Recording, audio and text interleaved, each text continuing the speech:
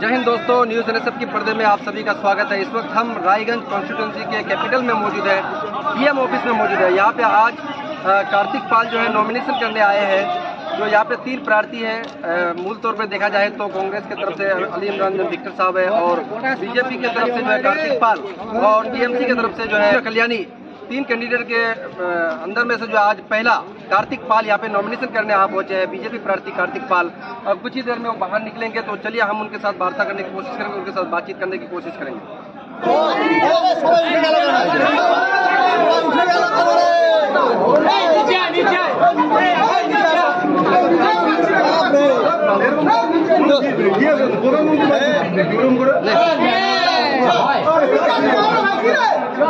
ভূমিপুত্র থেকে একজন আপনার কালিয়াগঞ্জেরই লোক, সে নমিনেশন সাবমিট করেছে। সে বলছে যে আমরা তাকে মানছি না এবং আমরা ভূমিপুত্র হিসাবে আমরা এটা করছি। উনি 70 সালের আগে এসছেন না পরে এসছেন, এটা আগে নিজে বিচার করে দেখুন কি বলবেন।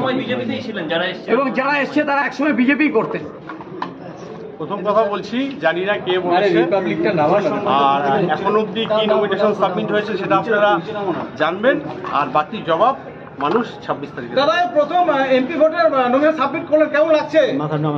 কেমন লাগছে বলতে অনেক বড় দায়িত্ব এবং তার সাথে একটা নতুন অভিজ্ঞতা এবং কতটা বলবো আমি ঠিক, একটা তো যেরকম আলাদা একটা চিন্তা ভাবনা তো আছেই, তার সাথে এত বড় এরিয়া, এত বড় দায়িত্ব।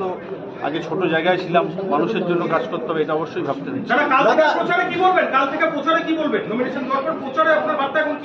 আমাদের প্রচারের বার্তা হবে, আমাদের জেলা প্রেসিডেন্ট এসে আমাদের যেটা আমরা এই আমাদের যে লোকসভা কেন্দ্র, সেই লোকসভা কেন্দ্র নিয়ে আমাদের অনেকগুলো ম্যানিফেস্টো তৈরি হয়েছে, সেটা আমরা যখন প্রচার পর্বে গিয়ে আমরা তুলে ধরবো।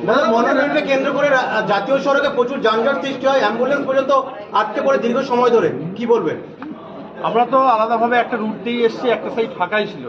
আমি জানি না যদি এরকম কোনো ঘটনা ঘটে থাকে তাহলে ওই ক্ষমা ঘটবে। দাদা বলছেন রায়গঞ্জবাসীর একটা আবেগ এমস, যদি আপনি এমপি হন কি প্রতিশ্রুতি রাখবেন? আমাদের পার্টি ম্যানিফেস্টো বেরোক, তারপর বাকিটা করবেন।